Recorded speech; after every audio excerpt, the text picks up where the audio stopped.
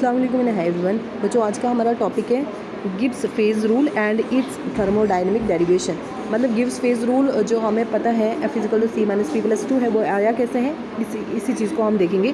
तो जे विलर्ड ने 1876 में एक जनरलाइजेशन पुट फॉरवर्ड किया था जो एप्लीकेबल है, सारे सिस्टम के लिए एप्लीकेबल है, लेकिन वो सारे सिस्टम इक्विलिब्रियम में होने चाहिए विदाउट एनी एक्सेप्शन। अब ये जो जनरलाइजेशन है इसी को हम बोलते हैं फेज रूल, और इस रूल के अकॉर्डिंग जो डिग्री ऑफ फ्रीडम है इस किसी भी हेट्रोजेनस सिस्टम के लिए इक्विलिब्रियम में, वो किसके बराबर होती है, F = C - P+2, जहाँ पर C जो है ये नंबर ऑफ़ कंपोनेंट्स है सिस्टम के, P जो है नंबर ऑफ़ फेजेस है इक्विलिब्रियम पे, और जो इक्वेशन है F = C - P+2, इसको बोला जाता है फेज रूल।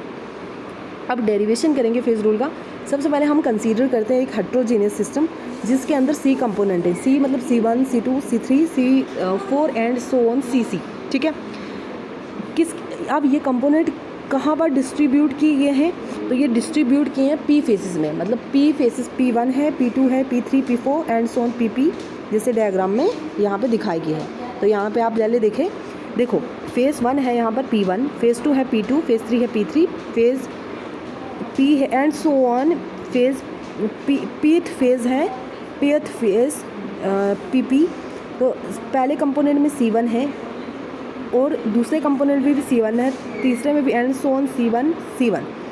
फिर पहले कंपोनेंट में C2 है, दूसरे में भी C2, तीसरे में भी C2, चौथे में भी, और ऐसे C3 है, C3 and so on CC करते करते ये भी है। अब क्या करेंगे हम कि जो डिग्री ऑफ फ्रीडम है सिस्टम की वो किसके बराबर होती है, number of independent variable which must be fixed arbitrary to define the system completely. मतलब हम यहाँ पर किसकी बात कर रहे हैं, टेम्परेचर और प्रेशर की। अगर टेम्परेचर कांस्टेंट रखेंगे तो प्रेशर का हमें पता चल जाएगा, प्रेशर को कांस्टेंट रखेंगे तो टेम्परेचर का हमें पता चल जाएगा। तो अगर हमें डिग्री ऑफ फ्रीडम मालूम करनी है तो हमें जो नंबर ऑफ़ इंडिपेंडेंट वेरिएबल है उनका पता करना पड़ेगा। ठीक है, अब जो नंबर ऑफ़ ये जो वेरिएबल्स हैं ये किसके बराबर होते हैं, total number of variable of the system. जितने पूरे टोटल नंबर ऑफ़ वेरिएबल है पूरे सिस्टम का, वो उसमें से माइनस हम करते हैं नंबर ऑफ़ वेरिएबल जो सिस्टम के द्वारा डिफाइंड करे जाते हैं जब because of its being in equilibrium, जब वो इक्विलिब्रियम में होता है उसकी वजह से जो डिफ़ाइन किए जाते हैं। सपोज़ करो एक फेज़ है जिसके अंदर 2 कंपोनेंट हैं, तो ऐसे केस में अगर कंसंट्रेशन एक कंपोनेंट की हमें पता है तो जो अदर कंपोनेंट का हम मतलब देन अदर जो दूसरे कंपोनेंट की कंसंट्रेशन है वो हम पता कर सकते हैं डिफरेंस लेके। ठीक है, माइनस करके। तो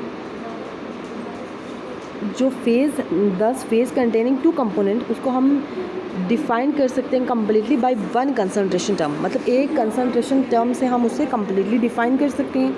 सिमिलरली जो कंसंट्रेशन है 2 टर्म्स की वो हमें पता होनी चाहिए ताकि हम 3 कंपोनेंट सिस्टम डिफ़ाइन कर सकें।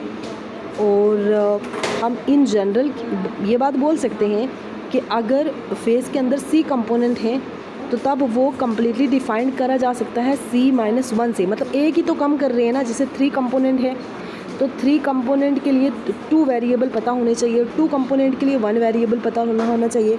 ये तो चीज़ हम कर रहे हैं ना।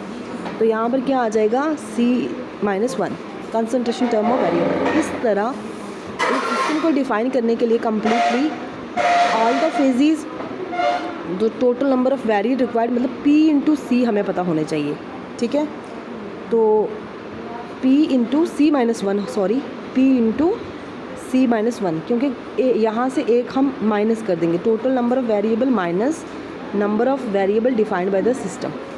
ठीक है, जैसे यहाँ पे अभी मैंने बताया कि अगर 2 कंपोनेंट सिस्टम है तो उसके लिए एक कंसंट्रेशन टर्म जो है उससे डिफ़ाइन किया जाता है, और अगर 3 कंपोनेंट सिस्टम में तो 2 टर्म्स जो हैं वो पता होनी चाहिए। ठीक है, तो बिसाइड दिस कंसंट्रेशन वेरिएबल जो टेम्परेचर और प्रेशर हैं जो सारे फेजेस के लिए सेम हैं वो भी वेरिएबल हैं, तो इस तरह हम ये लिखेंगे, दो वेरिएबल ये टू प्रेशर और टेम्परेचर और प्रेशर के लिए लगा यहाँ पर, तो ये क्या बना P(C-1 + 2), ठीक है।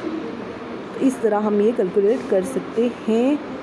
उसके बाद calculation of number of variable defined by the system because of its being in equilibrium, ये पहले बता चुकी हूँ। और सिंस हमें पता है कि जो P नंबर ऑफ फेसेस, मतलब P नंबर ऑफ फेसेस जो हैं ये इक्विलिब्रियम में है, तब जो केमिकल पोटेंशियल सारे फेसेस का सेम होगा। इस तरह जो अगर एक सिस्टम के 3 फेजेस हैं A, B और C इक्विलिब्रियम में, तो हम ये लिख सकते हैं कि chemical potential of A will be equal to chemical potential of B will be equal to chemical potential of C। तो यहाँ पर बेसिकली 2 इक्वेशंस बनती हैं, एक यहाँ से यहाँ, एक यहाँ से यहाँ, तो एक ये और एक ये, ठीक है, यही बताई। और उसके बाद 10 for a system containing 3 phases, अगर 3 फेजेस होंगे इक्विलिब्रियम में तो 2 इक्वेशंस बनेंगी। सिमिलरली 4 फेजेस होंगे तो 3 इक्वेशन बनेंगी, और P फेजेस होंगे तो P-1 इक्वेशंस बनेंगी। 10 फॉर ए सिस्टम जिसमें P फेजेस और C कंपोनेंट हैं, जो नंबर ऑफ वेरिएबल डिफाइंड होंगे सिस्टम के द्वारा, वो हम कैसे लिखेंगे, number of variable defined by the system itself is equal to C(P-1). तो degree of freedom will be equal to F is equal to P(C-1 + 2) minus C(P-1). अब यहाँ से जो चीज़ें कैंसिल होंगी, कैंसिल करने के बाद यहाँ पर क्या बनेगा, F इज़ इक्वल टू इस वाली इक्वेशन का क्या बने, मतलब कैसे लिखेंगे इसको, यहाँ पर मैं बताती हूँ। F is equal to PC minus P + 2 minus CP minus C। तो यहाँ से माइनस वाला CP प्लस वाला CP कैंसिल हो जाएगा। F इज़ इक्वल टू ये वाला C इधर लेके F is equal to C minus P और +2, ये बचा, तो ये वाली इक्वेशन यहाँ लिख दी। इसी इक्वेशन को बोला जाता है फेज रूल। तो आज के लिए इतना ही, थैंक यू।